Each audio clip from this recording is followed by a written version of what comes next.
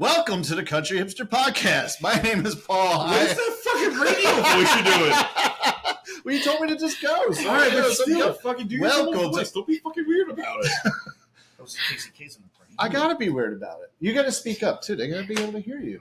You need to hear you. Tom speaks softly and carries a big stick. Fuck off. It's not that big. I've heard stories. I've seen it. Well, maybe that's a story for another time. At any rate, this is the Country Hipster Podcast. That music you just heard was none other than the Unholy Four from Charlottesville, Virginia, and their mega fucking hit song, Dirty Knife. This is my co-host, Adam. Doesn't matter. So, to my right is our other co-host, the Gen Z Perspector, our YouTube exclusive content. Word. I just made it a word. Are you surprised I'm making up words? You can't. She's a gold miner. Sorry, Country Z. I love how you chose that word so The Country Gen Z Prospector. With her fucking folded up hat and her missing teeth. And Not old just enough to be a gold digger in yet. the river. Welcome, Megan, to the podcast. This is the first proper episode. Yes. Yes, this is the first legit episode that I have been on. Yes, None and of that Goo Goo Dolls bullshit. Rude? I know, right? Did you? The album is fantastic. Album sucked. Is it? Yes. It was surprisingly good. I enjoyed the album. But at any rate, as you guys can tell, we are not in the Ottsville Record You Garage. made us listen to Barry Manilow. You have shitty taste in music. Barry Manilow is a fucking national treasure who should be protected by all means. He should be. Don't you fucking talk about Barry Manilow. He wrote the fucking ba-da-ba-ba-ba, I'm loving it. Did he really? Yeah. Yeah, we talked about that. that. That was so if many- you listen to the fucking Excuse podcast. you, that was so many episodes ago. It was 6 years ago in season 1. Exactly. I can't even remember what I did yesterday. Can I go? We good? I'm sorry. All right, come on. So as you guys notice, we're not in the Ottsville Record Garage. We are on location for the first time in podcast history. You would think for a podcast that started in 1757? Is that what we had determined earlier? What? What was the whiskey? What was that whiskey? Kill 1747. begging. It was 1757. There you go. Yeah, see, I got it right. See, you fucking questioned me, motherfucker. No, I was just questioning what the name of the whiskey Jesus was. Christ. All right, but at any rate, on your team, dude. we are at the legendary Tierno in Trenton, which means that the official bartender of the Country Hipster Podcast, this is actually his house. Welcome, Tom, the country heartthrob, back to the Country Hipster Podcast. So, how you doing? I've spent the whole day with Tom. It was great. I'm doing great. Yeah, you've been here all damn day. Yep. Not As bad. you notice, we're both wearing Tierno t-shirts. I You can spent pick the whole one day up. with Tom in my dreams. Don't we all, though? Mhm. Don't we all? Isn't always your dream? Most nights. Most nights. And you wake up sticky and it's uncomfortable. Yes, Continue. kind of like that comment. Yeah. Yes. All right, so Megan. Megan, it has been a while. It's been since the Goo Goo Dolls episode 7 years ago on season 1. And if you guys are following, Megan does our YouTube exclusive content for the Gen Z Perspective on season 1. Where We've she all talks about seen the the albums. interior of her car. Yes, we've all seen, actually two Yes. cars now. Yes, Like, it has two been 2 different cars. We've upgraded. I just imagine, do you record? Do you record it on your fucking break at school? No, it's usually when I'm driving someplace. So it's been in the parking lot at the gym. It's been in the parking lot of my summer job at Naked Brewing in Bristol. I think you got 1 or 2 while I was house sitting where I was actually not in my car. Oh, shockingly. really? Oh, yeah. Oh, I don't remember those. A couple of the early What ones. they refer your Okay. prep period, right? Yeah. Prep? Oh, you will more than likely get 1 or 2 of them in my classroom on my prep period. If Nice. I'm oh crap, I have to do one of those, I should probably do that now while I'm thinking of it. At least one will end up being in my classroom. And if I'm not mistaken, you're 100% caught up on season 1 for Gen Z. Season Yes. 1 is done. Yep. Yeah. They've Season all been 1's done. posted. We need to start turning out more episodes quicker so she's got something to talk about. I know. So, well, I've had to wait since I had access to the list since I pulled some of the records that I have to wait to film anything so I don't give any spoilers. Yeah. I mean, I could also just not post them too. I mean, I guess. That'd be rude. Yeah, to post it before the episode. I mean, comes out. there was one where I had listened to the albums and not the episodes, and it just felt weird. Okay. So, All right. Well, that's fair. That's fair. I'll just slow down with Just my slow down? listening. Okay, cool. So, but how exactly? How did the Gen Z perspective come about? Honestly, I don't even know. Like, I started listening to the podcast and I thought, oh, let me check out the albums that they're talking about because there are a bunch that I either hadn't heard of or there are bands that I had thought, hey, they're cool, and then never listened to them. So I started pulling up the albums on Spotify, like while I was grading stuff or while I was at the gym or like driving someplace because I drive way too many places and spend way too many hours in the car. So like while I was going, I thought, oh, let me write down like what do I think about it in comparison to what the guys think about it. And it just became this whole list of notes that had originally been titled Under 30 Notes. And then I realized, well, shit, they're going to be still on season 1 and I'm going to turn 30. So I should probably change that.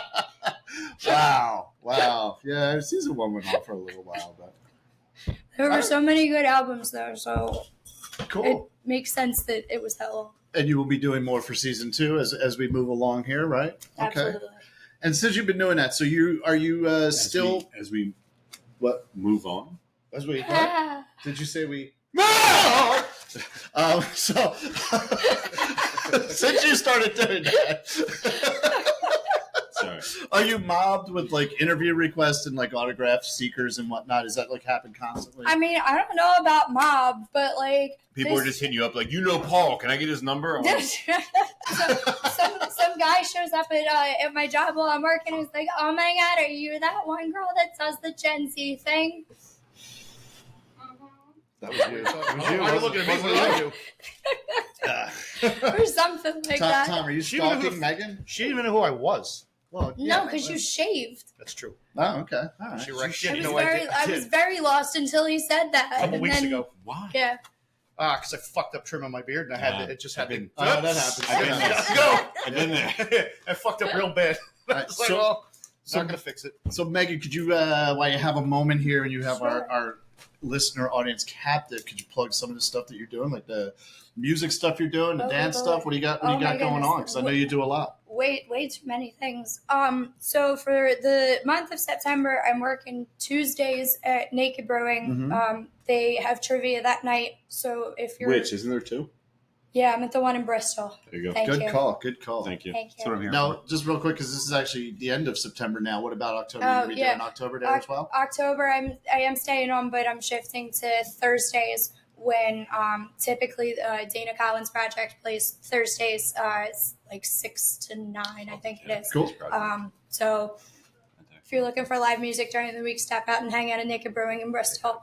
I'm playing with the Natterjacks everywhere, all the time. Yep. And they can find them at natterjacks.com and on Facebook. I mean, I think natterjacks.com exists, but nobody uses it. Oh. We're on Facebook as the Natterjacks. We're on Instagram as Natterjacks Philly. I play in a handful of gigs with Birmingham Six. Me and Paul have a couple duo things coming up periodically on the calendar. Yes. And if you are looking for hey, I've always wanted to learn Irish dancing, but I never did. I teach adult group dance lessons. We call them Kayleys. I think that at least twice a week. I'm just like, fuck, I never learned how to Irish dance. I'm 33. Oh, well, perfect. Never So fucking learned.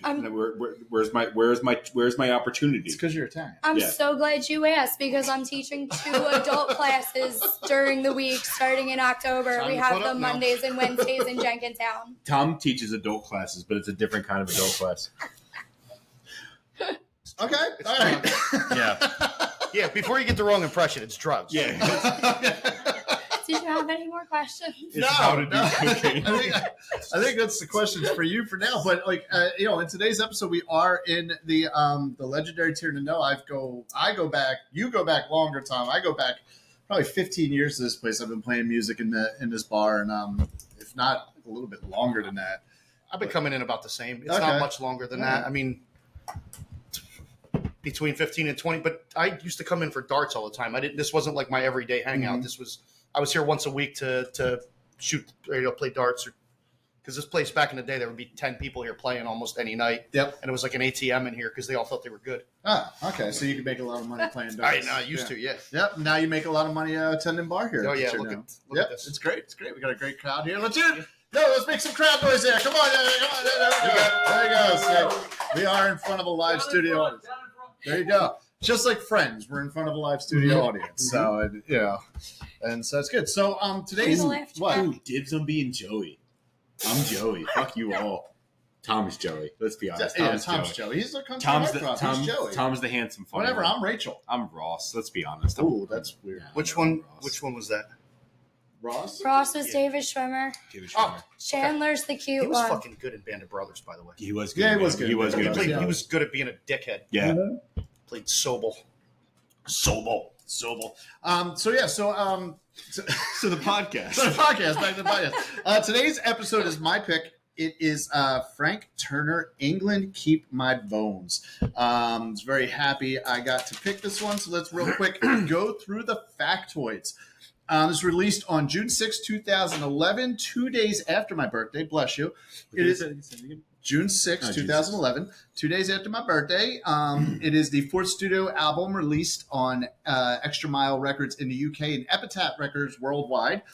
I got to read my writing that I did earlier. Is that how you pronounce it? Epitaph? Epitaph. I would say, Epitaph. I always go hard on the P. Are we going by me? Are we really That's going, true. you know, like... Hold on. Yeah, let's get this out of the way now. Paul can't read. We all know this. I mean, and I can't read my writing here. At some point, I'm going to bring up the fact that you're illiterate. Thank So you. we might as well just get this do out of the it way now. Right, Yeah. exactly. And I don't know why like people keep saying like, wait, is that how you say it? Just assume I fucking said it wrong. That's like I think true. that's probably the way we That's should be true. going with it. At On this my point. part, I should have You said know that. what I mean? Your notes are just hieroglyphics. Yes. It's fucking weird. So the title of the album was taken from the Shakespeare play "The Life and Death of King John."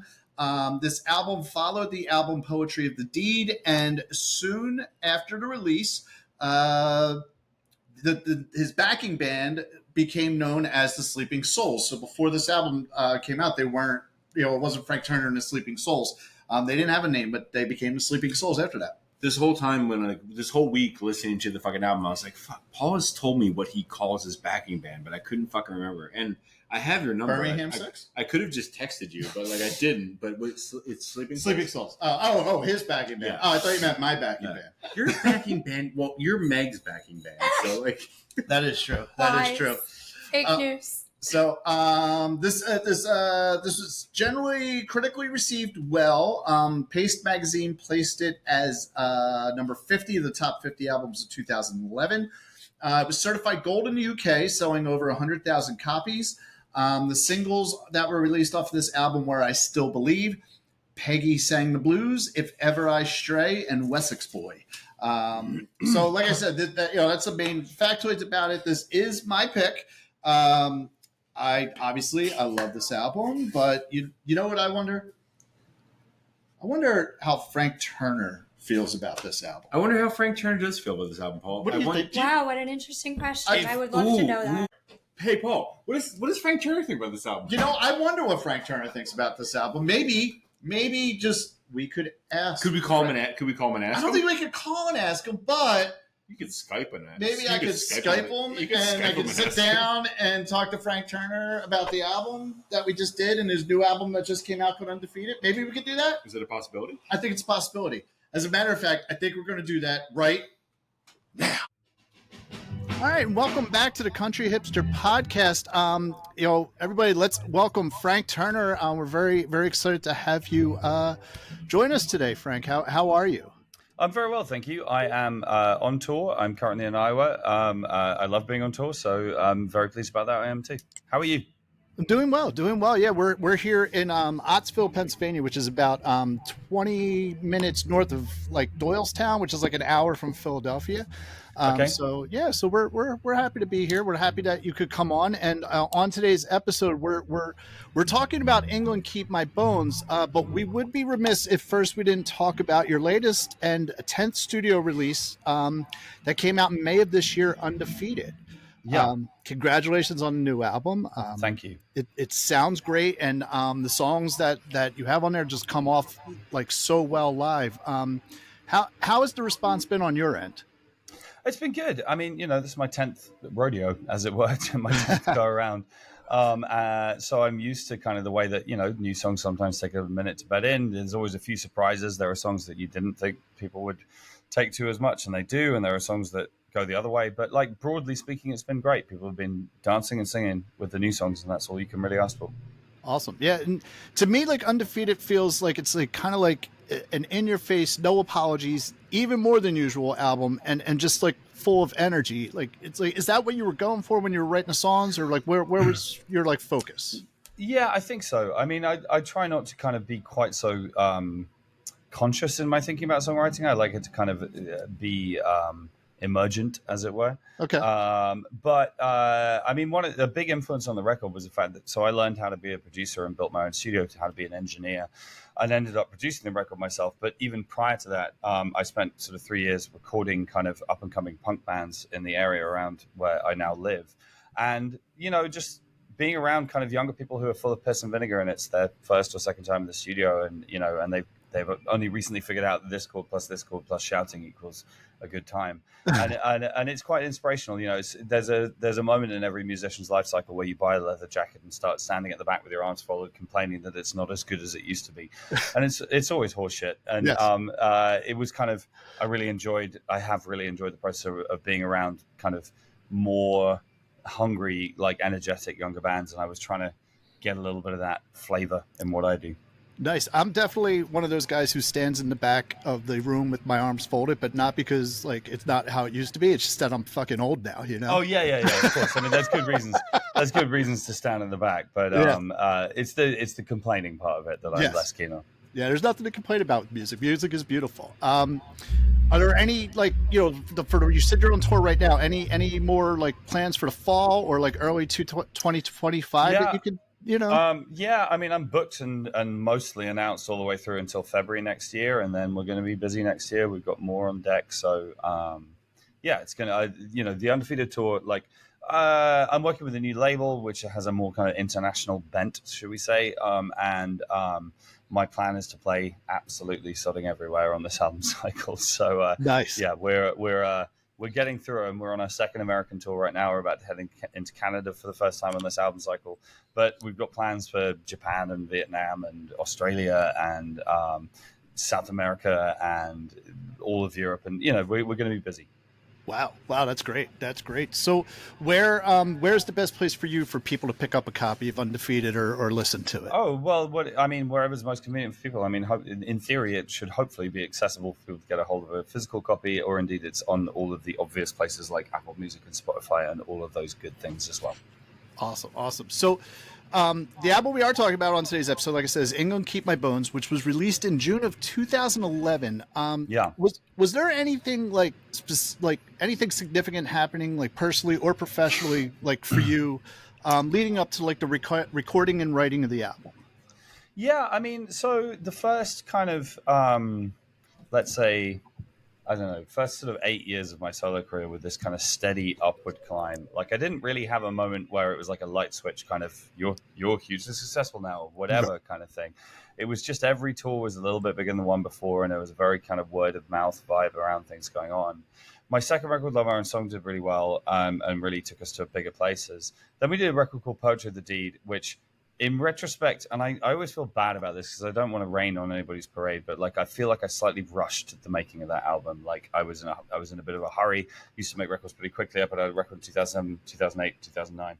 And there is a bunch of stuff I like about Poetry of the Deed, but looking back on it, I should have spent a bit more time on the arrangements particularly. It wasn't like a fall in my career, but it was a bit of a kind of a leveling out, let's say. So when it came to the writing and indeed recording of Ain't Gonna Keep My Bones, I really felt like I had something to prove. Do you know what I mean? I didn't want that kind of plateau to then turn into a decline kind of thing. And I felt like I had things to say. And the songs were coming. I mean, I mentioned this earlier, like I try quite hard not to be mechanistic about songwriting, and things arrive in the way that they choose to arrive, should we say. I know that sounds a bit kind of vague and hippie, but that's kind of how it is. Yeah. And then within Keep My Bones, just, I remember writing Eulogy, I remember writing I Still Believe, I remember writing Glory Hallelujah, and just sort of feeling like, okay, there's some stuff happening here, and I Am Disappeared, If Ever I Stray, songs like that.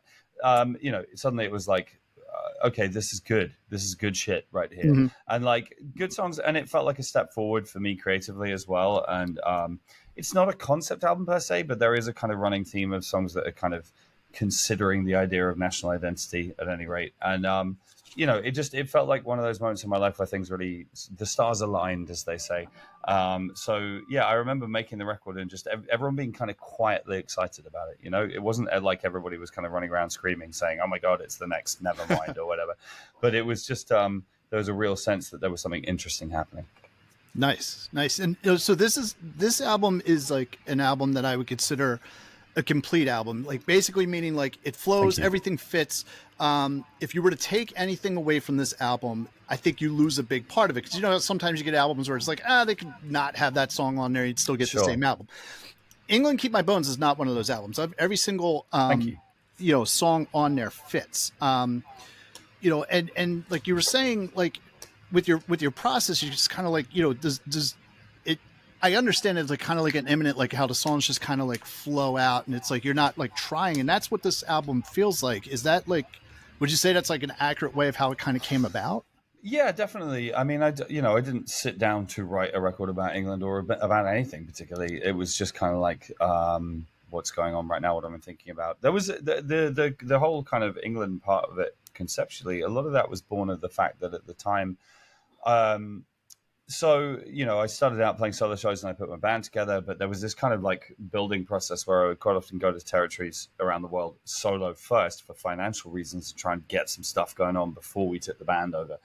And I'd done a lot of American touring on my own in 2009, 2010. And being the only English person in the room night after night, and Canada as well, actually, and indeed Europe. But it sort of, it gives you an opportunity to kind of chew through that thing, what is it that being English means, and like hopefully that's clear, that never in a bombastic or chauvinistic kind of way. I don't think there's any moral content to being from any one place or another, but it was on my mind at the time, because I don't want to say I was homesick per se, but I was definitely kind of like out there in the wind on my own and thinking about what being English means and all the rest of it. So a lot of that bled through into the songwriting. But one of the things I like about the album too, especially like with the themes, like, just, besides, being English and whatnot, is like, I feel as if there's a lot of like identifying with this album, of like kind of coming to your own, kind of being saved by music and supported by a lot of people along the way. Sure. Did that play a factor into, Yeah, definitely. I mean, specifically the song "I Still Believe" I wrote while I was on tour. I did this illegal tour in China in 2010 that was completely crazy. Just sort of, I wasn't really supposed to be in the country kind of thing. Oh, wow. And playing kind of dive bars and squats and stuff like that. And, and playing with a lot of kind of upcoming Chinese punk bands. And there was this real sense of excitement. It's kind of like what I was saying earlier about the younger punk bands thing in this country, that sense of joy and of, freshness, and it made me feel a bit kind of, I guess, guilty almost for taking rock and roll as a concept for granted. It was just kind of like, this is so cool, it's so exciting, it's so fulfilling to me as an idea. So that, I think that bled into songwriting as well. I think the other thing I would say as well is that up to, but not including in Keep My Bones, with every record I kind of had like a few obvious kind of sonic songwriting kind of guiding kind of signposts, you know what I mean? Like I remember I wanted Poetry of the Deed to sound like a cross between Bruce Springsteen and the Levelers, and I wanted Love Iron Song to be like a cross between, I don't know, Chuck Reagan and Leonard Cohen or something. So there was always these kind of like pretty kind of heavy-handed kind of influences, as it were. And I remember feeling while we were making Keep My Bones that I didn't really have any specific influences. I mean, obviously I have a million influences. I'm the sum of what I listen to, but it wasn't like, oh, it's going to be this mixed with this. It was more, I felt like I was writing my songs, like more so than I had prior to that. And that's kind of, it's an interesting feeling, because it's like, this either means that I've disappeared up my own ass, or I've kind of achieved some sort of creative voice, and hopefully it's the latter. And I think in this instance it was. But yeah, there was there was definitely a sense that I was writing my songs rather than kind of bolting together influences. Nice. Yeah. And this is actually when I talk about like Frank Turner, the musician, the music, and people say, well, what should I listen to? This is actually the first album I go to. I'm like, listen to England Keep My Bones. Like it's my personal favorite. And so this is the first one I go to and tell them, listen, and just go from there. and this album actually hit me at the right time and right place in my life. So just to give you a little backstory, like I was kind of in a dark place personally. There's a lot of shit going on, and so sometime in like late 2011, early 2012, a friend of mine, Jim, he asked me if I had ever actually heard of you, and at that point I hadn't, and he said this album specifically made him think of me, which I always like think is great that like you saw something to me in an album, and he sent me the link to If Ever I Stray. And right there, like I was hooked, and like that song particularly, like it made me appreciative of what I was going through at the time, and helped me realize, like I could come out of it like a stronger, better person.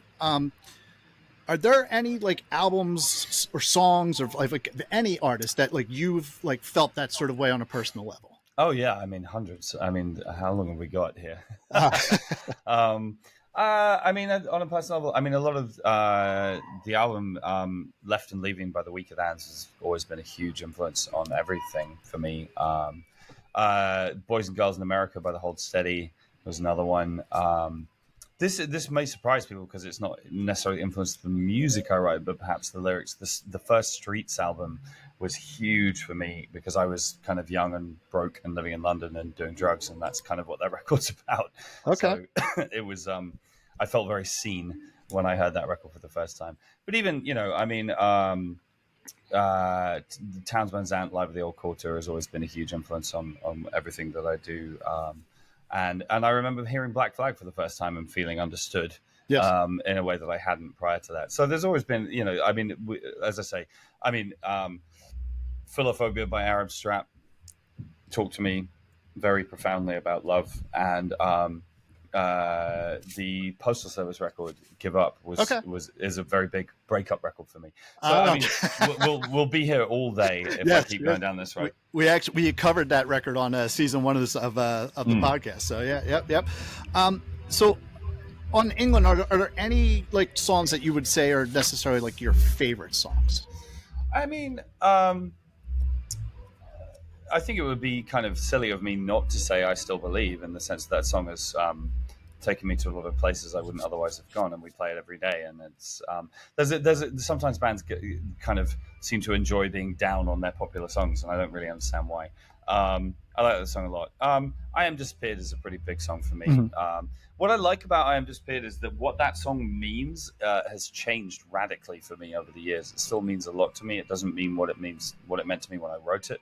Uh-huh. And I think sometimes that's the sign of a supple and subtle piece of writing, And I remember finishing that song and thinking that I'd really like written a good song, Okay. If I can say that without feeling too self-involved. Yep. No, I hear that, and it's funny how you say like it kind of like takes like not funny, but like like how it takes like a different meaning now than it did then, because Sure. when you look at like artists and like great artists like Renoir and stuff like that with their paintings, if you strip away some of their most famous paintings, you'll see different parts like that were formed, and they kept going over and over and over again. Sure. and adding to it until it got to a point where they either just couldn't do it anymore, or like they were finally like, this is good. So I think it makes sense that everything kind of changes with time. So like with that being said, is there anything you would like change about England Keep My Bones, like either additional or subtracting? There's one thing that I would change, which is so the choice of what songs make the cut for an album and which songs come B-sides is always a slightly agonizing one for me, because I tend to record a few more songs than I need for a record. Mm-hmm. And looking back, I can't quite understand why the song Balthazar Impresario isn't on the main album. Right. Because it's a pretty... I mean, one of the alternative titles for the record at one point was going to be Ghosts of Vaudeville, which I still think is a cool title. Yeah, it's a good title. I'm going to name my next punk band Ghost of Vaudeville. There we go. Love it. Go for it. Do it. But and that's a line from that song. And in the end, it's on the quote unquote deluxe edition of the record, but it didn't make the album cut proper. And I can't really remember what on earth I was thinking with that choice back at the time. So that's the one thing I think that I would possibly change. But then you'd probably have to bump something else at the record to make it fit on one piece of a vinyl. And I don't know what I would bump. Okay. There you go. Which is great because that is also on the deluxe edition when you listen to it streaming and whatnot. That is actually the last song that's played before the acoustic stuff comes in. So it really does fit. Even the Eva May and I'm sorry I cannot think of the other song that's on the deluxe edition off the top of my head. Oh, you're testing me now. I don't mean to test you. Is it Wanderlust? It is Wanderlust. There it is. Thank you. Yeah, there we go. They definitely fit in with the album, so I can definitely understand how that might have been hard to, cut down and say, okay, these aren't what we're going to put in there. So, so I've seen you play live twice. I've only had the opportunity to see you twice. Both times were at the Fillmore in Philadelphia. The first show was technically the second ever show at the Fillmore. Yes. Hall & Oates played there the night before. They did. I looked at the toilet in the main dressing room with awe. So what number show are you on? Which is one of the things I think is really cool that you have like all of like the number of shows that you've done. Sure. Yeah, tonight's show in Iowa is going to be 2,935. That's not a number that I know off the top of my head, by the way. It's written on a set list, which is right in front of me right now. Okay. So, which I'm still editing for tonight's show. But yeah, I mean, I'm glad I've kept count. The drummer in my old band counted the shows in that band, and I thought he was weird for doing it at the time. But once the band broke up, I was really glad that he did because actually remembering shows, tours kind of blur into each other pretty quickly after they're finished, or even while they're happening, to be honest. So it's kind of cool to have that list and be able to look back and see what it is I did with my adult life. Nice. That's awesome.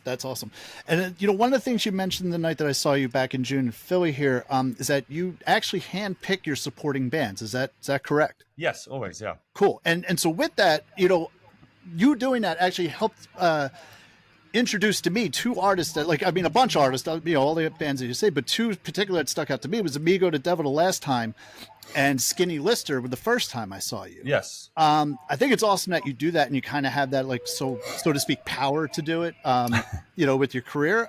Sure. Because I know a lot of bands that they don't have that option. They're just kind of told this is what you're doing. Oh, I mean, I think they could have that option if they chose to. Is all I'll say about that. Nice. All right, I like that. So how do you go through that process of choosing those bands? Oh well, I mean, there's a bunch of stuff. I mean, first of all, I feel responsible for the evening's entertainment. I mean, a long time ago in other bands that I was in, once or twice we had buy-on support acts, and they're invariably terrible.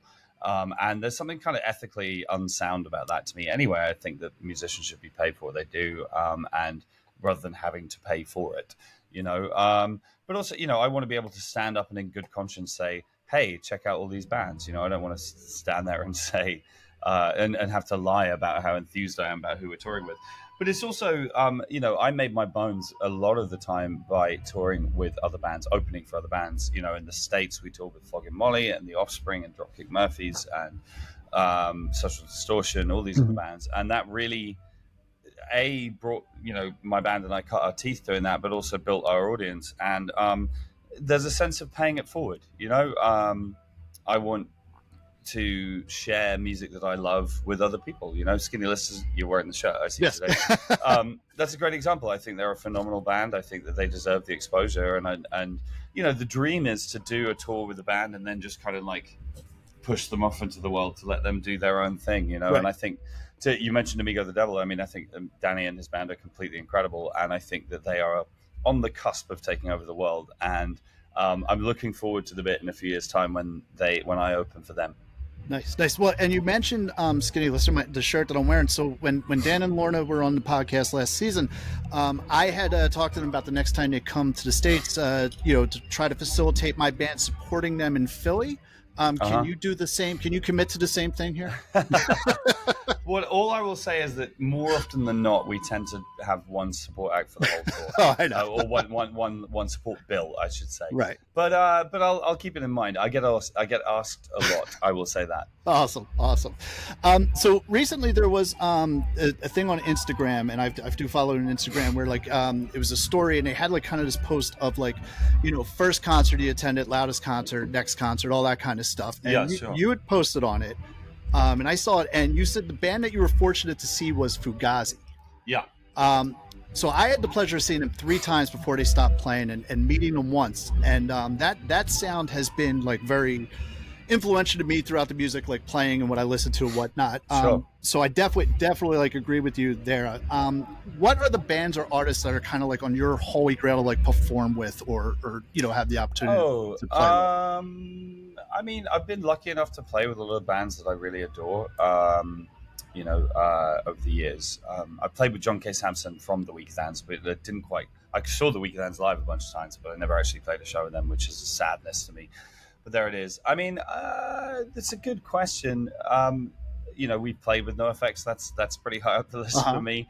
I will say we played with Rancid. That was another major thing for me.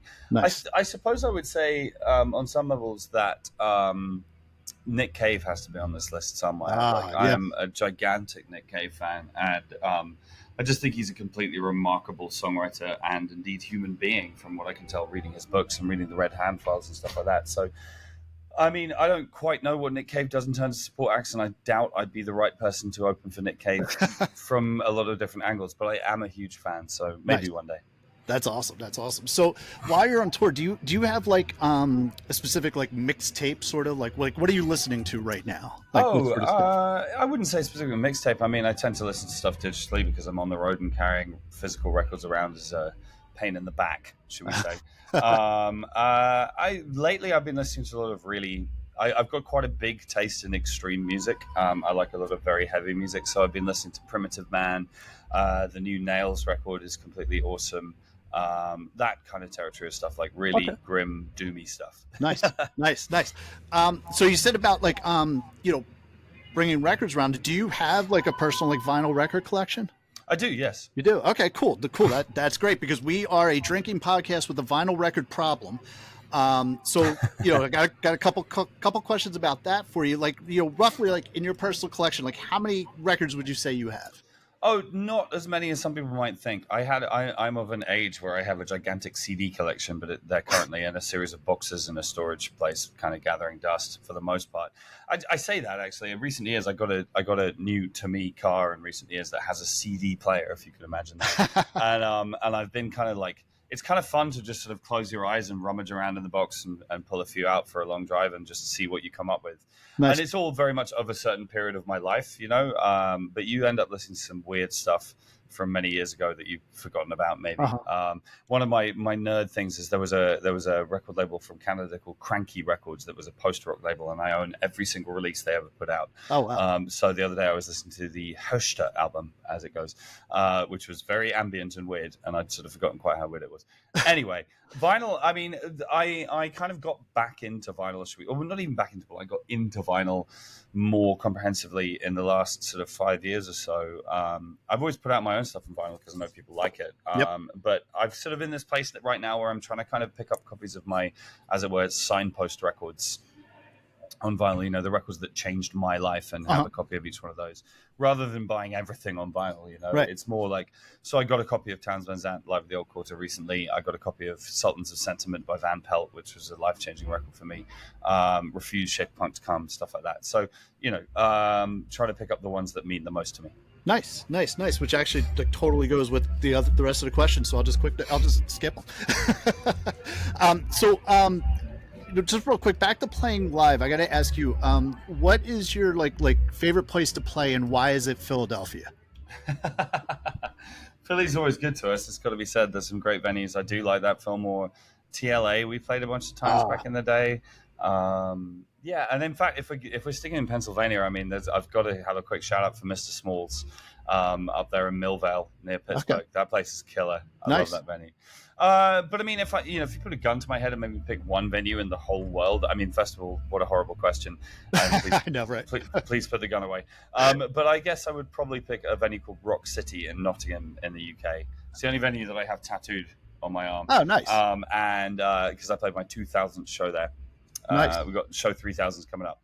But I love Rock City. I love the people who run it. I love the people who own it. I love the vibe of the place, and it's a really, really cool one to play. So that one's always a good spot for me. Cool.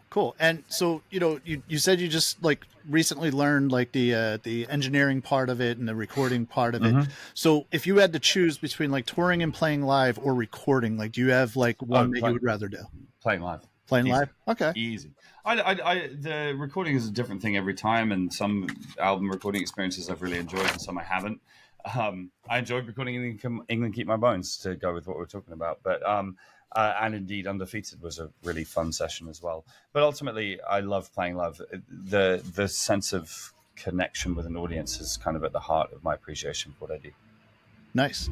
Okay, so real quick before we wrap up, I just want to give like a shout out and a heartfelt thank you to I'm going to butcher her name, Anthea, over at over at Extra Mile Records, for being our go-between here and helping us like set up this interview, which I really appreciate there. And of course, Frank, thank you for coming on our little podcast, spending some time with us. What's the ways to follow Frank Turner? What's the best way to see what you're up to? I mean, social media, Instagram, Facebook. I do have a TikTok account. I don't really understand it. And I've recently largely given up on Twitter because it's a cesspit. But Instagram, Facebook, and then I've got a website, I've got a mailing list, all these kinds of things. People can find out what I'm doing. Awesome. Well, once again, thank you so much for doing this. I appreciate you coming on. Everybody who's watching and listening out there, go pick up a copy of Undefeated, and the rest of the Frank Turner discography for that matter. And from the Country Hipster Podcast, thank you so much, Frank. Thank you. Thank you for your time, man. I really appreciate it. All right, cool. And we are back. So real quick, number one, that was awesome, right? You guys liked the interview. That was pretty cool. So cool. It was cool. I'd like to thank Frank Turner for sitting down and chatting with me for a little bit there about, England Keep Your Bones, Undefeated, and just like songwriting in general.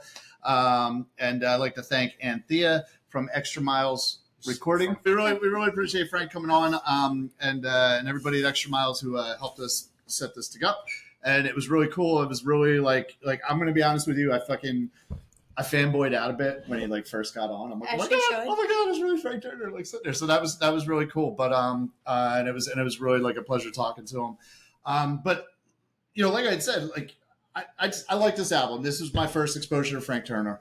The album in general is a great album. I do have a least favorite song, but I stand by what I said. I think it's a complete album. I think everything on that album fits. And I think if you pulled everything away from the album, it would actually take away from the overall album.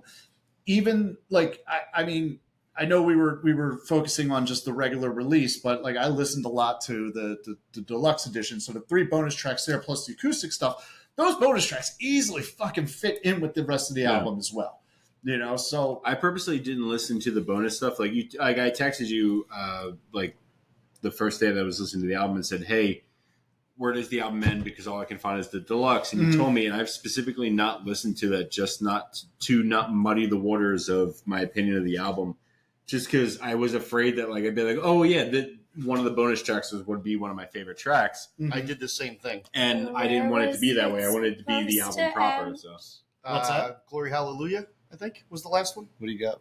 Or I don't know. All I could find was the deluxe. Oh yeah, no. And I listened to it today because I didn't know if I was able to come or not. So wait, I fucking phoned it in with REM. She's like, I just heard it for the first time today. I listened to it 8 times. I was driving for 7 hours. I really think Nick nailed it, by the way, with the tagline for season 2 is just mailing it in, I think he said. Yeah. Great album. Love the album. Love all the songs. I do like the deluxe stuff. This was my first exposure to Frank Turner, which I think, Tom and you and I had talked about it before. He's had better albums than this come out. He has 2 of them that I like better than this one, but this is a good album. I legit love this album. Yeah, but he has 2 albums that I like more. But we're not. Yeah, no. We're splitting hairs here. It's a great fucking album. Yep, yeah. It is. It's a really good album. I do like, because of this album, I went back and I listened to his earlier stuff and I enjoyed that. The stuff that he's put out since then, all of it's been really good. Some of it, a little bit, in my opinion, has been a little bit better than others. I like his newer stuff better. We talked when we were speaking about it earlier at the bar.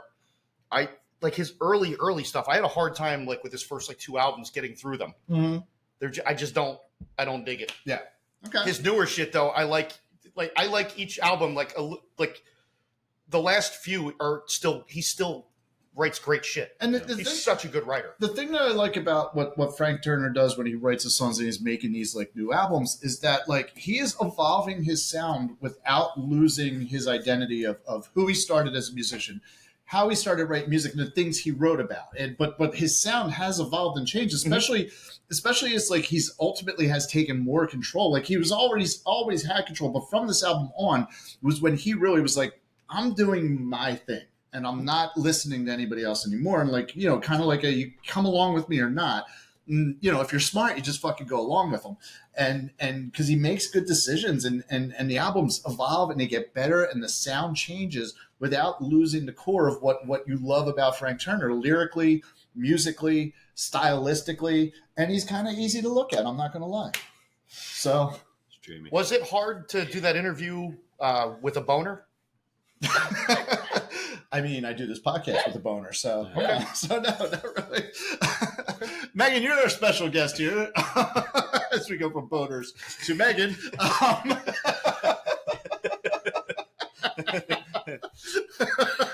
What did you think of the album? Before Megan goes to it, do you have a boner for Frank Turner? The first thing you have to do tomorrow when you go to work is find the fucking student that listens to this podcast and tell them to fucking stop. Definitely take an episode off. Yeah, just like, hey, you love that fucking podcast that I was on that one time? Yeah, maybe fucking don't. Just don't. Don't, so I don't get fucking fired. Oh, shit. I don't even have to go find him. He asked me to write him a letter of recommendation for college and was coming to ask me questions tomorrow anyway. Yeah, just there you go. Tell him to watch this episode. I don't know. One or the other. So, all right. No, bad idea. Megan needs to get paid. Megan's got rent. Yeah. I have way too many student loans. It's not fun. It's gone forever. Fake your own death or something. Yeah. Lost my breath. So all I could find was the deluxe edition, and like I said, didn't know if I was coming today or not. Oh, real quick, is this the Gen Z perspective on Frank Turner Ain't Gonna Keep My Bones? I mean, technically it is, yeah, Right. but I'll probably do the same that I did with the Goo Goo Dolls episode and be like, hey, I was on this one, just go listen to the whole thing. So this Moving is on. the Gen Z. Oh, you didn't say that right. Yes, it. There's a certain I can't talk anyway. If this is the Gen Z perspective, this Frank Turner album sounds a lot like 21 Pilots for some reason. Is it? No, it doesn't. Oh, you mean one of the albums doesn't sound like 21 Pilots? Shockingly, no. Because it's not something that Adam picks that came like directly before 21 Pilots. Everything. His girl music that makes him cry. I told Paul when the first time you were going to be on a proper episode, I wanted to get both me and him both want to get 21 Pilots t-shirts to wear and see how long it took you to notice. I would have done that, but I'm not going to ever be seen wearing a 21 Pilots shirt. Yeah. Why not? They're good. Are they? Man, we can have different opinions House about of what Gold, good means. maybe? apparently. No, they got that one song. Bomb. What's about the head? Something head. I don't know. It's Natty head. stressed out. Yeah, that one. Yeah. Yeah, that That's album actually was not so great. bad. I don't know about the album. What's the song about? being The stressed album. out or something? Well, you know what? Now season 3, we're covering that one. Oh Jesus! Just like, See what you did. See what you did. You shut up. I'll listen to Vessels. Can we listen to Vessels? We'll do that. Yeah, that song was great. Yeah, that's fine. We'll listen to Vessels. We Okay. stick with that one. All right. I don't want to do this anymore. let me tell you what the Gen X perspective of 21 Pilots is. And they stink. Anyway. So your thoughts on this album, Megan? Okay. So, I had heard a little bit from Frank Turner before I listened to this album. I also only had the deluxe edition because, thank you, Spotify. So I had no idea where I was supposed to stop listening. I assumed the acoustics were definitely the deluxe piece, but I didn't know if there were any other tracks besides that. So I kind of factored in all of them. I had heard... Way to mail it in on your homework. Continue. It's going. I'll hold it. Don't worry. I heard and I liked Peggy Sang the Blues, I Still Believe, and If Ever I Stay before I got the album. I'm not. Jesus Christ, Megan. Oh, she hit me. I heard them and I liked them before I listened to the whole album. Okay, continue. Finish Yeah, sentences. my apologies. Oh, you're worse than the 15-year-olds.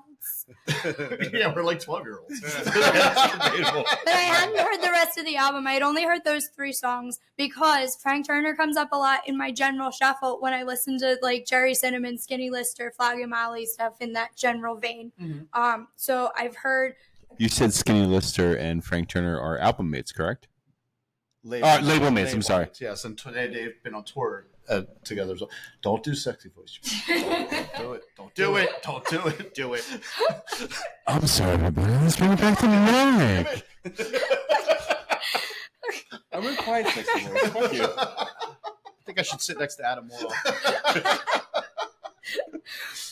This is awkward, by the way. Well, if you guys are listen, watching on video, I'm trying to Adam's arm is across my face right now. I'm trying to be considerate because I don't want her to strain her voice even more than it already fucking Thank sounds. you. True, we have a show on Thursday, so. Yeah, that's Yeah, gonna be you guys worse. have to get, you guys are fucking. You guys It's are going to be heavy on the fucking fiddle in that show, I think. Yep. So since he comes up in my general shuffle, I've also heard a couple songs from Positive Songs for Negative People, Tape Deck Heart, and Poetry of the Deed.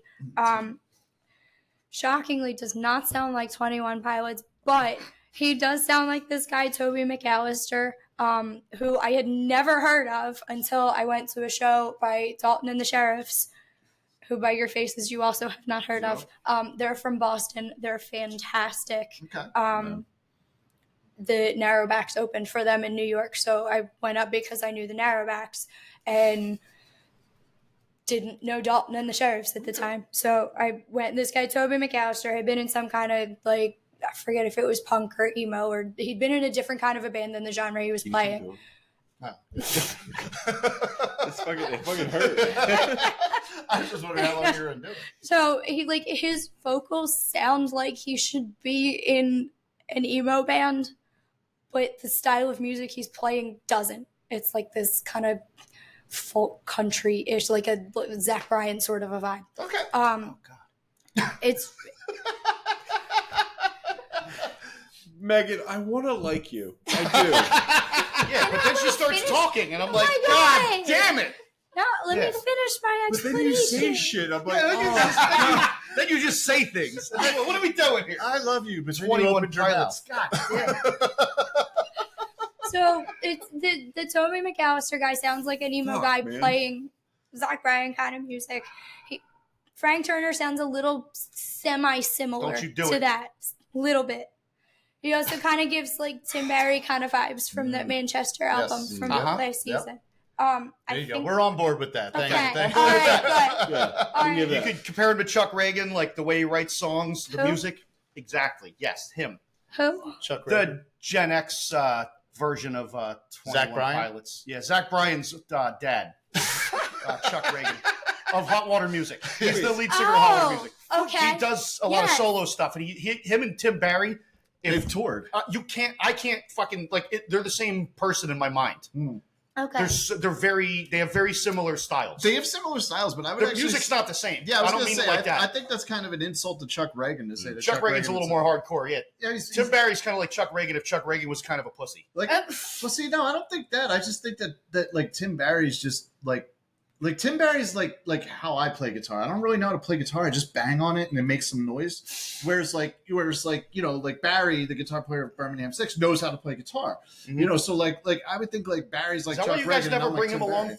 Pretty much. Because you make you guys all It look makes like us- a fucking. It makes us look better. So you know. So I actually, after I finished the third or fourth listen of this album, I just put it on like recommended shuffle from there, and I got a couple of Hot Water Music songs from that. you probably got Chuck Reagan stuff too, and maybe didn't know.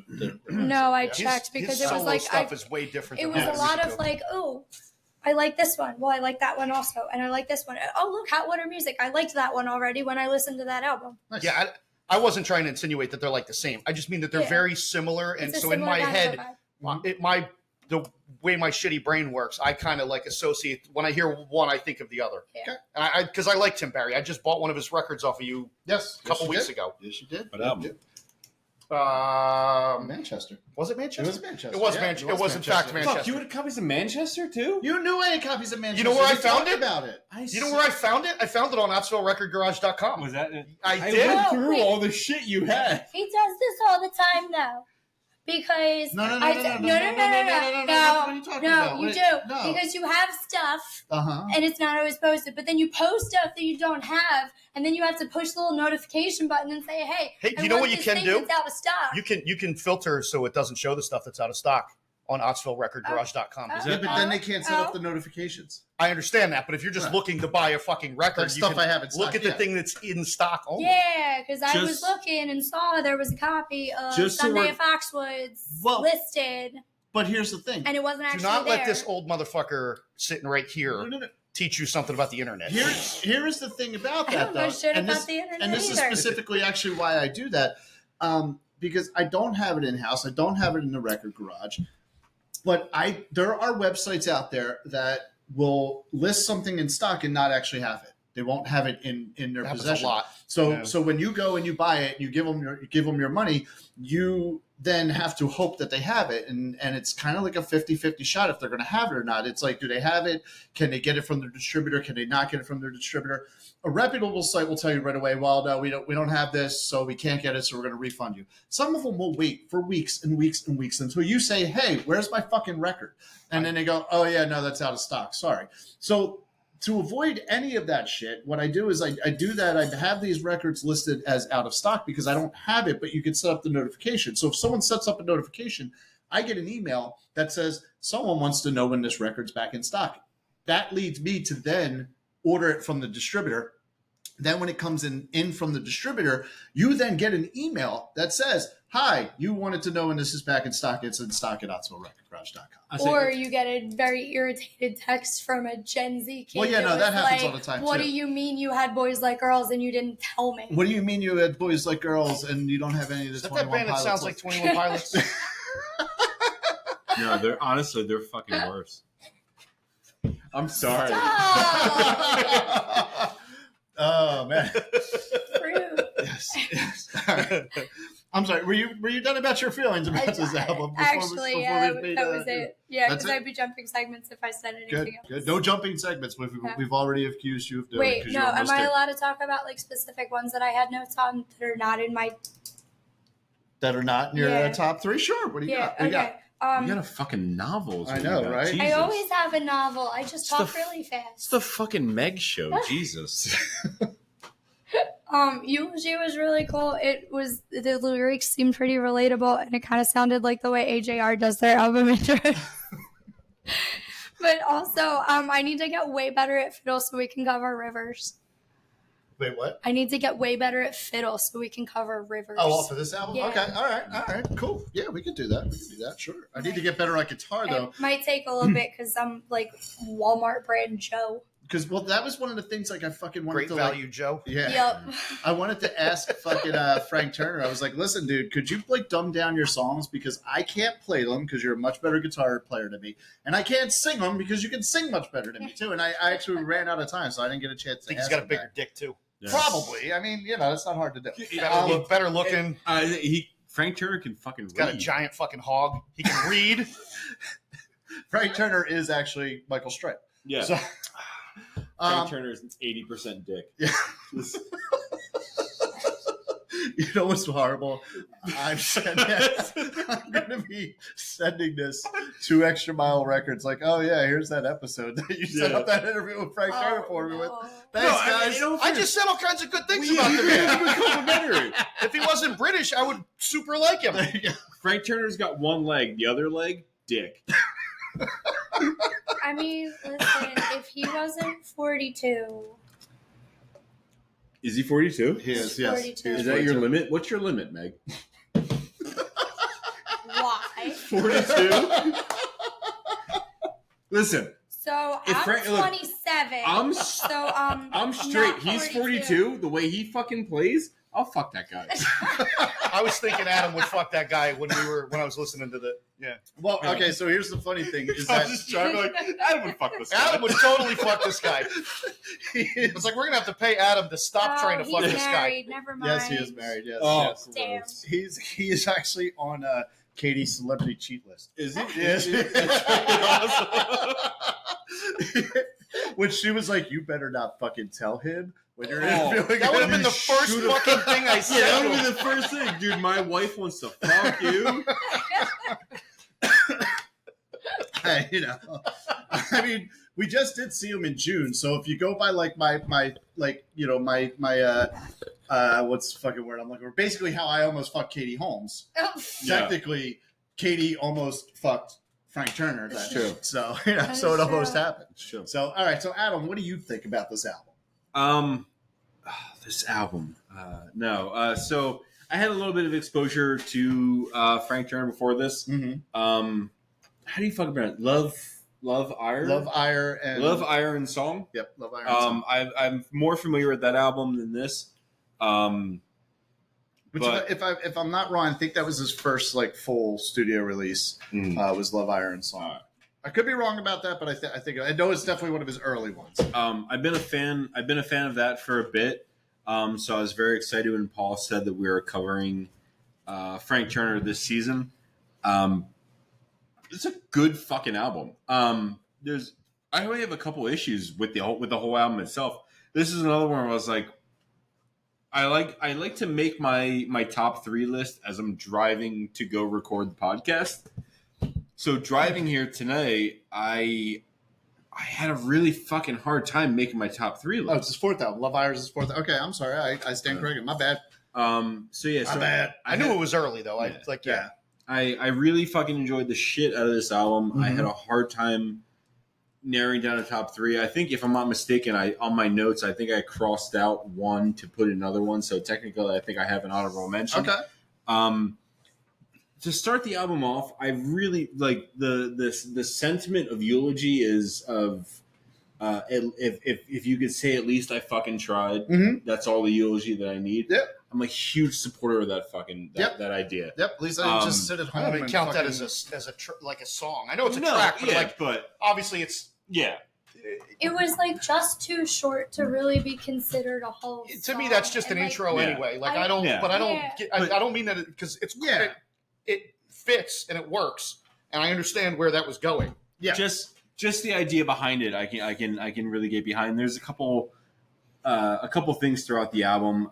The idea, like just the it sounds bad, but the naivety of rock and roll will save us all. Do you need a definition on that, Paul? It happens though. No, I know. That's what I'm saying. Like it seems It seems childish. childish. Paul. It seems It like, seems- how is that really a thing? Yeah, but it but happens at- to so Hey, many I say at people. the, You know at what the I end mean? of the day, like something so pure and basic and awesome as rock and roll can save us all. Mhm. Like listening to the album, I was like, fuck, man, I really like I listened to Love Ire and Song and just kind of fucking stopped there. But, and I really wish I hadn't and branched out because this is a really good fucking album. Real quick, just to touch on what you just said, like yes, you have something as simple as rock and roll and music can bring you together, but can also tear you apart, like 21 Pilots. Exactly. Yes. Bro. Yeah, I can't come up with my brain doesn't have enough nice words to say about this album. This is a really good fucking album, and I'm really fucking happy that you picked it for your. I wish you fucking picked it for season 1. I wish I listened to this album sooner because it's a good fucking album. No, no, it's a good album, and you know, I kind of got a little personal there in the interview with him and talked about how, like, you know, I heard, bless you, if ever I stray at the right place and the right time in my life. At that, you know what I mean? I really was in just the shittiest place. My boy Jim Fowler was like, "Do you know this guy? Have you listened to his music?" I'm like, I have no idea who it is. Now I'm not really sure how Jim came across him. We've talked about this before with Gaslight. Mhm. When we covered 59 Sound in season 1, I said, like, this album, I found this album at the right time in my life, and you said you found this album at the right time in your life. It's there's something so I don't even fucking perfect about finding shit like this at the right time in your life. Manchester by Tim Barry's one of those albums that was like that hit me at the right time. The fucking River City extension, the one we did. I think it comes back to rock and roll will save us all. Exactly. Like it's the beauty of all of the shit that we cover is that like there's something in it that speaks to us in some way. Yep. And that we're having a shitty time, we're having a rough time in life, we're having some sort of issue, and someone comes along and we find this fucking album that relates to, and you're like, someone in this world feels as shitty as I did about this thing, and it makes you feel fucking better. It's like you said, it's rock and roll fucking save us all. And that was the thing. 2010, 11, 12, it would have been very easy for me to like get like darker than I was, and like never get out of a bad place. And it was through like the music like this and the other bands I mentioned that like kind of like helped me like, okay, there's something here. There's a fucking light at the end of the tunnel. There's people who've been going through the same type of shit that I've gone through. Yeah. And they're singing about it and they're talking about it and they're getting it out there. And I'm connecting to it. So it's like, fuck, all right, cool. I can do this. I can do this. And it really did. It really did. Like this album is that important to me that it helped me get through that time. And I think, you know what I mean? That's what I fucking love about it, you know? And music in general. You know, I think we've all been there. So no, so like I said, my brain can't make up enough good words to say about this album because this is really fucking good, and I wish I had listened to it earlier than I had. Cool. Tom, did you have any? I mean, we talked a little bit about it. We got into your thoughts a little bit, but like, what are your general thoughts about the album? I fucking love this album. I knew I was familiar with it when you messaged me and said, "Hey, go ahead and start listening to this album." You know what would have been better is if we had a table that was a little. Yeah, can you hold it right here? I was familiar with the album, so when you told me to go ahead and start listening to it, that's why I had the wherewithal to ask you where the album like actually ends. Yeah, you know, so I wasn't reviewing shit that wasn't going to be covered today. But and actually, it made a lot of fucking sense that the album ended. If I really stopped and gave it a lot of thought, that's probably like that spot made a lot of sense where it ends with that song. This is a top 3 Frank Turner album for me. Mm-hmm. I like him. What would be your other two since we're talking? You know, my favorite album. I'll tell you right now, my favorite album. I don't know. I say top 3. This could be 2, whatever. Yeah, I hear you. I have a couple that are, but my favorite is Positive Songs for Negative People. Mm-hmm. Choice. Yeah, it's such a great fucking album. But again, this one, top to bottom, it's a fucking fantastic album. I love this album. I hadn't listened to it in its entirety for a while. Right. But there are 4 of those songs that are on this album. They're in my Spotify playlist. So I already I could have given you a top 3. You got your top 3 2 weeks ago. I'm gonna have a hard time narrowing it down to like that. But I'll give you. There's a handful of them that are just fucking perfect. Mm-hmm. And I don't know. I love this fucking album. I love Frank Turner. I've seen him live a couple times now. He puts on a great show. Oh, amazing show. Absolutely amazing. Yeah, the crowd fucking went crazy when he had opened for the Interrupters last year. It was my daughter's first like big concert that I got to take her to at the Stone Pony at the Summer Stage. And he was outstanding. Yep. But, nice. Yeah. Nice. Love this album. It's a great choice. Yep. Cool. So hey, Paul. Yeah. Let me ask you a question. What's up? Currently, we are in Trenton, New Jersey. We are in Trenton, New Jersey. Which is approximately, I don't know what, like probably it's an hour. It's an hour. Hour and change. It's an hour. Knoxville is an hour from everything. So an hour from that sweet baby angel that's hopefully sleeping right now. What time is it? Yeah, no, she's probably asleep now. Yeah, hopefully fucking sleeping right now for Katie's sake. What does that sweet baby angel feel about Frank Turner? Oh, she liked it. Yeah, she liked this album. Yeah, I'd fucking disown that kid. I would take back the fucking record player in Canada. That if she didn't. It was very much a singing along and you know, kind of just generally enjoying it. Just very much like kind of in the moment. And that's another thing. To it. A thing that I enjoyed about this was that musically it's fun. Oh, it is. Like it's not like you get some singer songwriter that's sad and fucking dreary, but it's a fucking fun singer songwriter album. Yeah. Like you get a little bit like you have your acoustic you have your standard acoustic for this style of music, but then you also have you got some fucking upbeat drums, and you got some shit you can fucking tap your feet to. And I think that's kind of the brilliance of Frank Turner. He came from a punk background, though.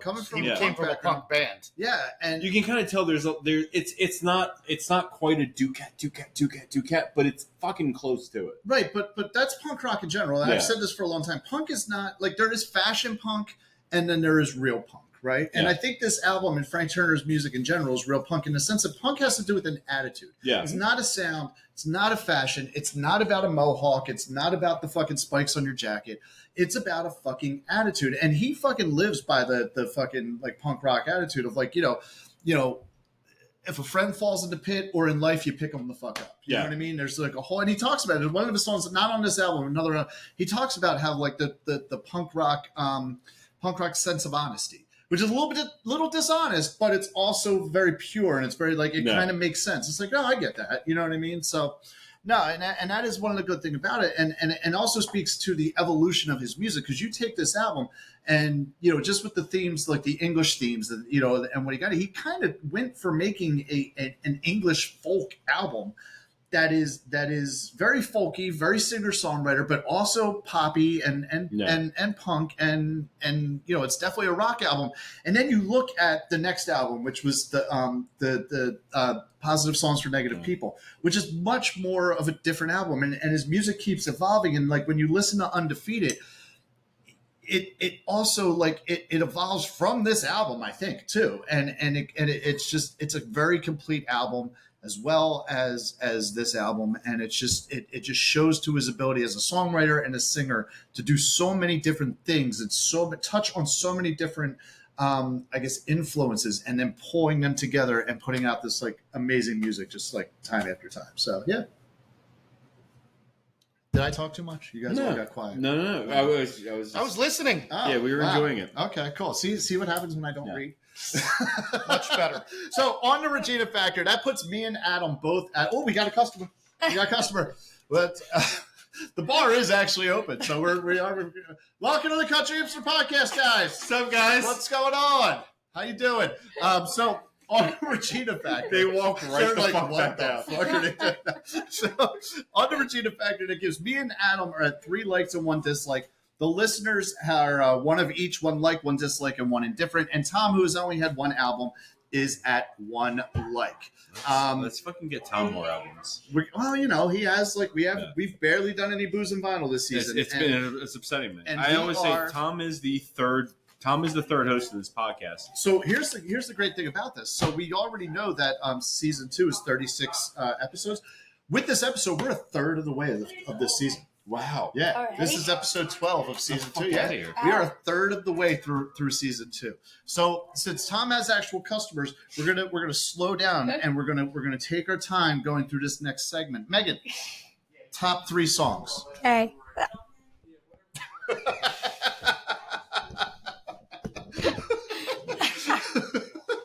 I have a little bit of volume. Okay, good. Not that bad. You sound better from when you first walked in. Oh, good. Yeah, so I'll give you that. So yeah, it's Irish cough syrup. Mm-hmm. Yeah. Well, mostly. There's no ginger ale. I had, don't hate me, it's like half the album.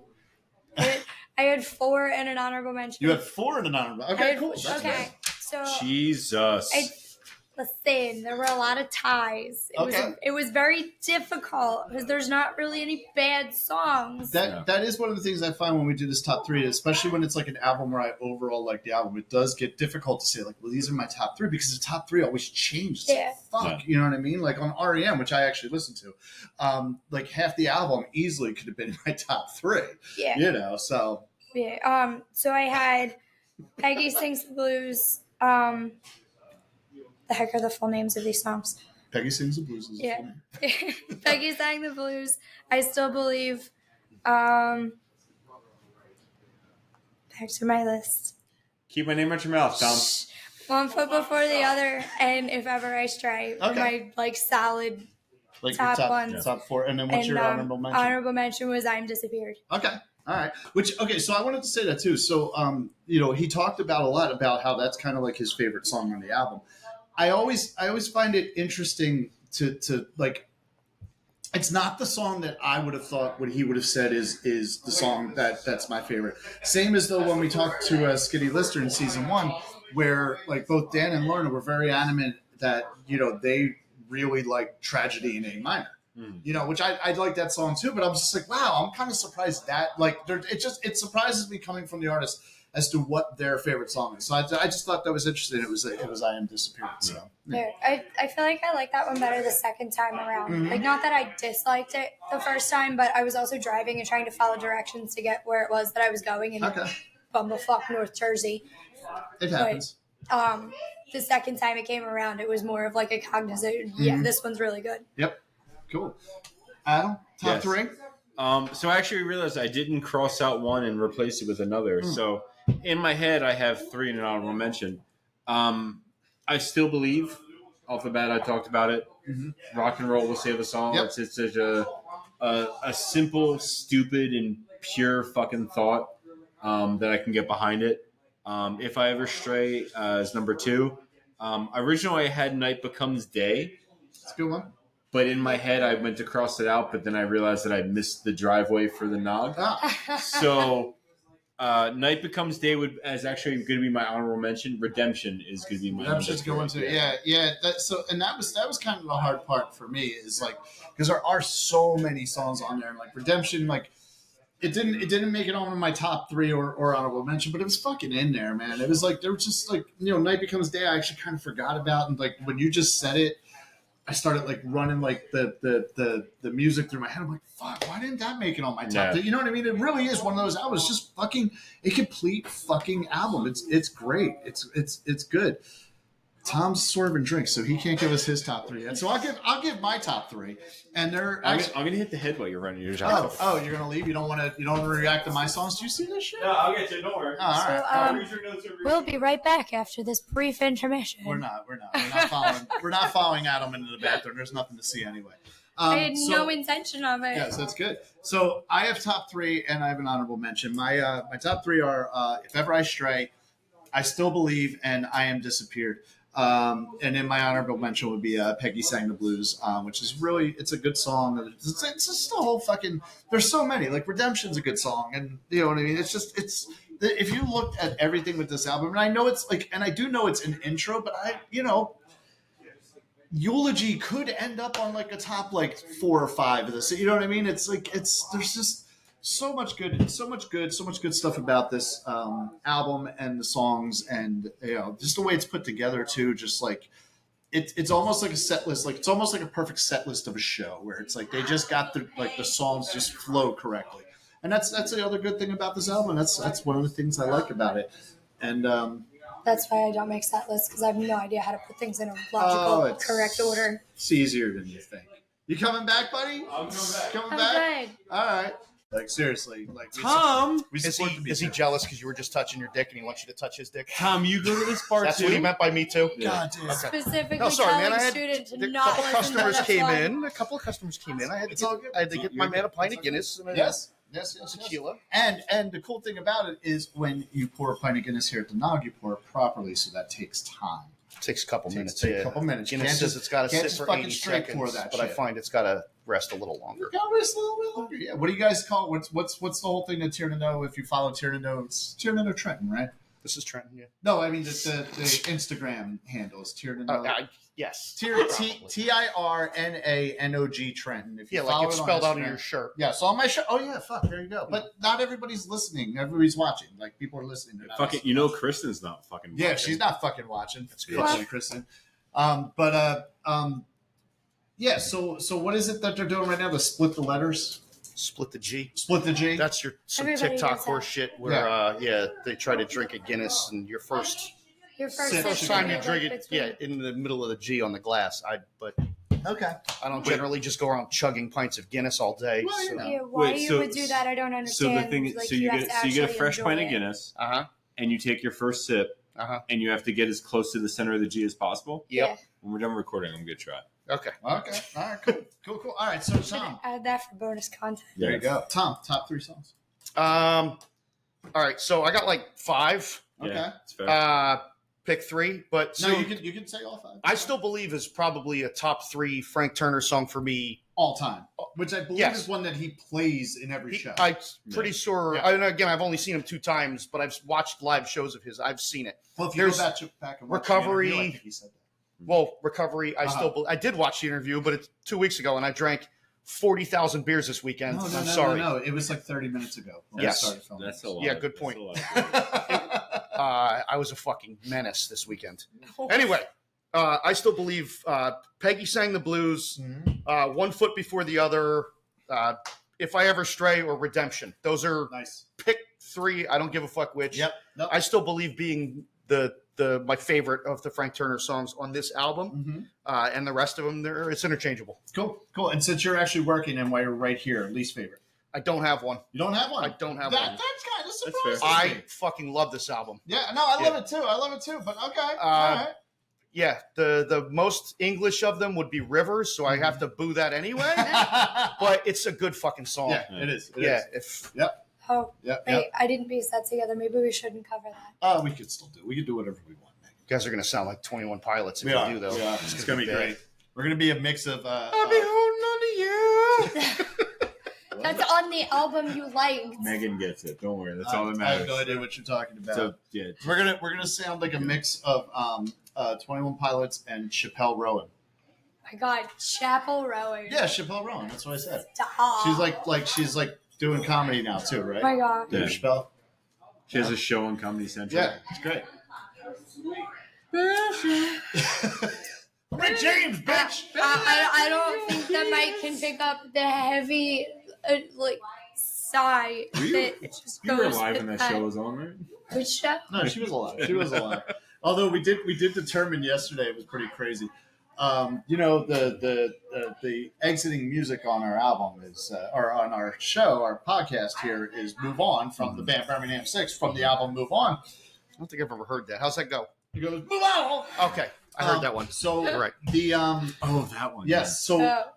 I realized thanks to Facebook Memories the other day that 10 years ago, "Move On" was released this week. 10 years ago, Megan had just turned 17 when "Move On" came out. Yup. Megan like just started getting into R-rated movies. Yes. No, Yeah. no, because you have to be 18. Is it 17? No, No, it's 17. Okay, yeah. 17 for And R-rated. Yes. you have no idea how much of an argument it was to be allowed to watch 21 Jump Street in my own house It was- when I turned 17. So your mom actually gave you shit if you listened to 21 Pilots? I don't think my mom knew I listened to 21 You're about that Pilots. number. 21 Jump Street, 21 Pilots. I was doing a thing there. I was being ironic. 'cause No, I I'm know. a country hipster. I got Wow, was isn't mixing it it. ironic? I got you. Can't wait to see how you mislabel this fucking episode. All right, so do you have a least favorite song? I do. I had a least favorite and a dishonorable mention. Okay. Ooh. I think my least favorite was English Curse, not because I don't like it, Mhm. but it just didn't feel like it fit with everything else. Okay. So it was one of those things He where does not like have the the English worst. curse, though. I've heard. Huh? I didn't process all of the words that you So- said. Is that like a dick thing? It's a dick thing. He Is it a doesn't have dick an thing? English curse, apparently. Why are we talking about dick Huh? size so much on this show? Why- Seriously. Yeah, Why are you gonna sit- it's Came up with a concerning. Taylor Why are you Swift going to song. sit me and Adam so close to each We were other? What did you talking about think it. was going to fucking happen, Because Paul? now Well, if I you know. put you two together, you might have a real dick. Now I know that one of Megan's adolescent fucking students listens to it, so I'm gonna fucking make as many dick references as I Yeah. possibly Thanks. can. We're doing this definitely to embarrass Megan. Yeah. That's the point. Okay. That's what happens. Cool. All right. So anyway.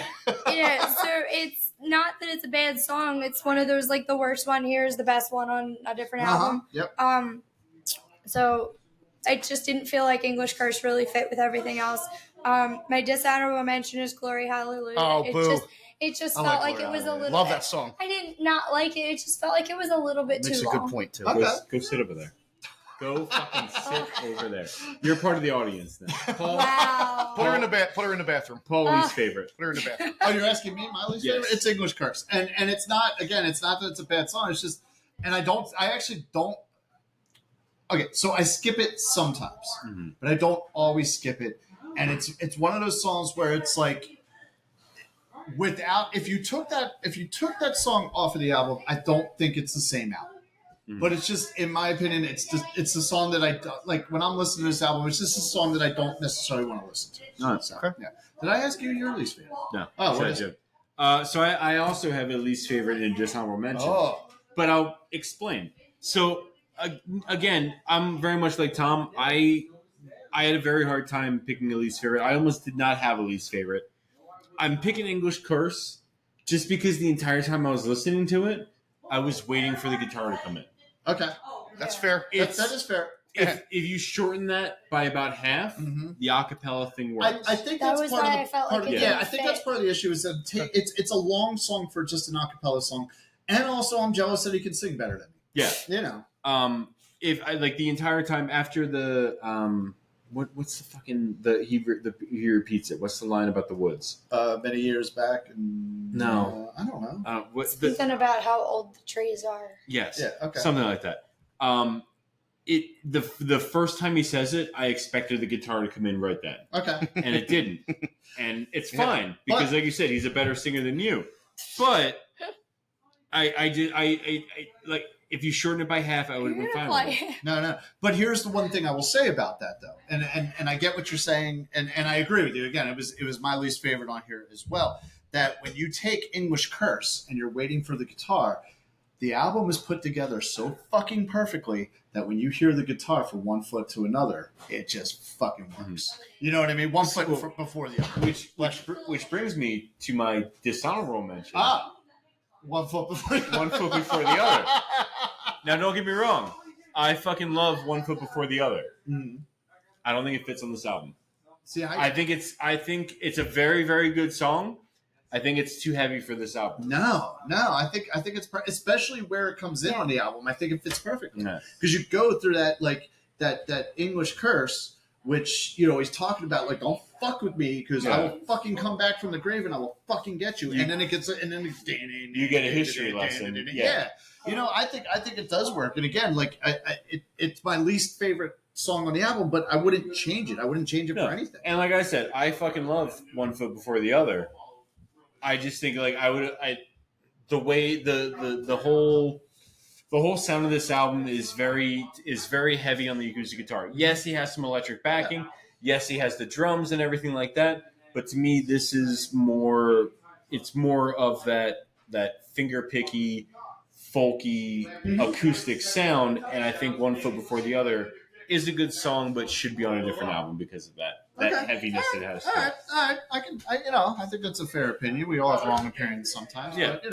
But, so are you good? Do you have anything else to say about this album? Well, if we're being particular, since this was technically the Gen Z perspective, 9 out of 10. 9 out of 10. There you go. 9 out of 10. There you go. You actually like one of my albums. Look yes, at that. this one was really good. Look at that. Did you have anything else to say about this album? Just my normal sign. Well, no, we're not finishing. That's what I'm saying. No, we're not just there my yet. normal sign off. So I'll wait till I get there. Tom, you're working. You got anything else to say about this album before we get into Discogs value? Tom fucking... Yeah, fucked it English. Oh, okay.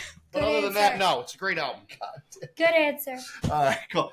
Megan, would you hand me that right over there? That bunch of colonial cunts. Not this. Not this. No, the album. That was the fuck. I was like, what the fuck is specific. All right. So what we have right here, our Discogs value, we have an ongoing thing here. I have my copy is a 2011 pressing on black vinyl. Now, here's the fucking fucked up thing. Now, if you can see my copy here, right? I'll give it to you 1 second. Jesus Christ. So I generally, when I get a new record, I generally will like kind of, just cut it down the opening and leave the shrink on so I could take the record on. I did something, I don't know, man. The day I got it, I fucked up the cover. So I'm like, motherfucker. So I got I put some scratch on there, so that pissed me off. So I just took the shrink off. Mistake. I was like, motherfucker, like this pisses me off. But it's cool. It's I don't think it's 180 gram vinyl, but I think it might be like 150 gram vinyl, or maybe they just did it on 180. I don't know. But at any rate, that's my copy, which is a 2011 pressing on black vinyl.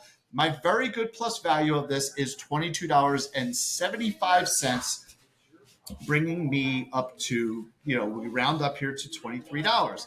Now, as we all know, because of fucking Jack Antonoff and fucking Steel Train. Don't even fuck with me with your. I'm gonna pick God Buffy damn it. just because I know it's worth money. Fucking, well, that's not the point. I was trying to fucking win the big D. But at any rate, Piece at any rate, of I got something for his ass for season 3. fun.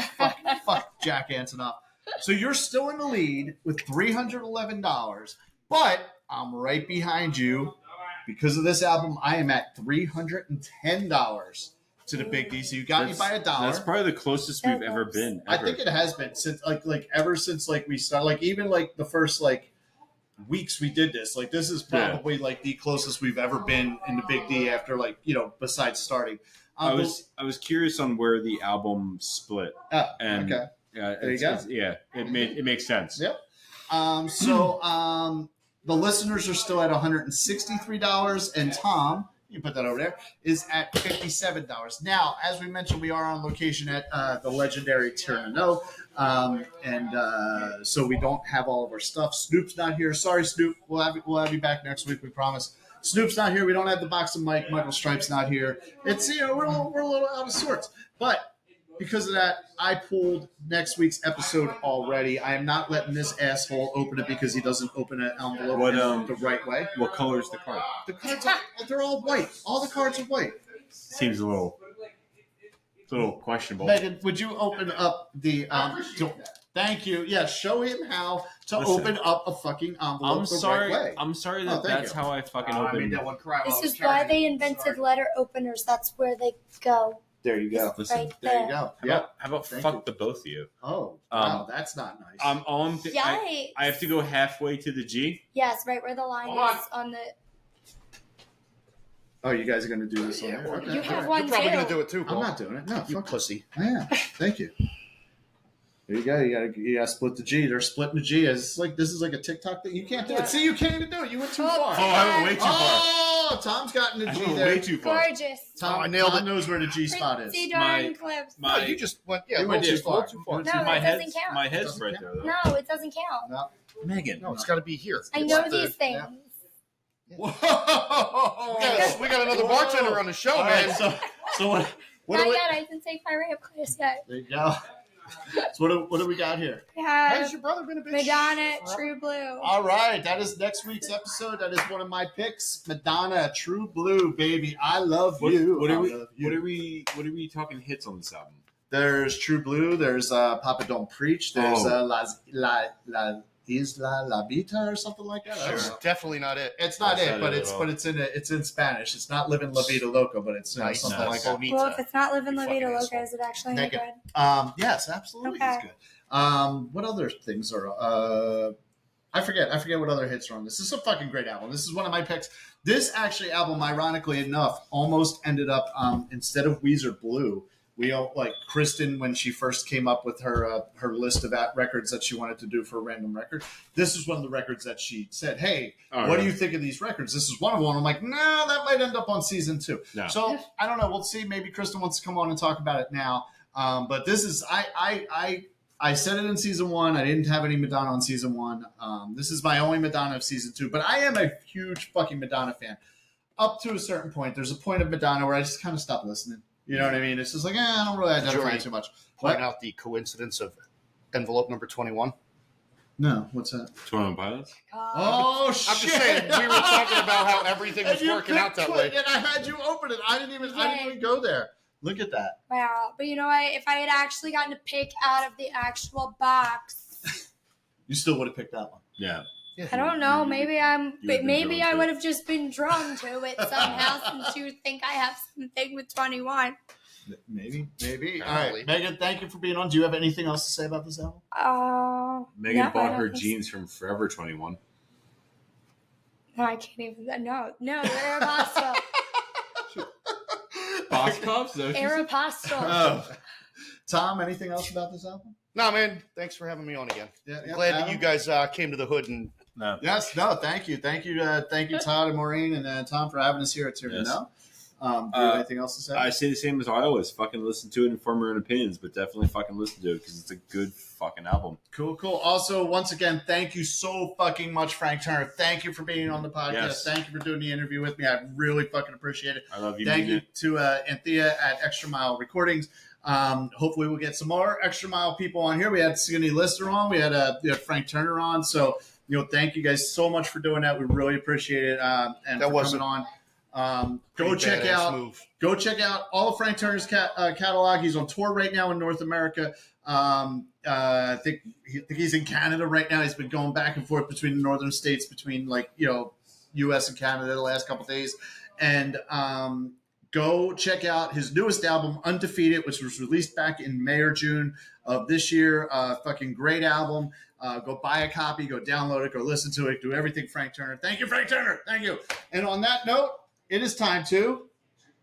There's people here. Just be quiet. Jesus. Oh, are you embarrassed that there's people here? No, I just feel bad for them. Shit.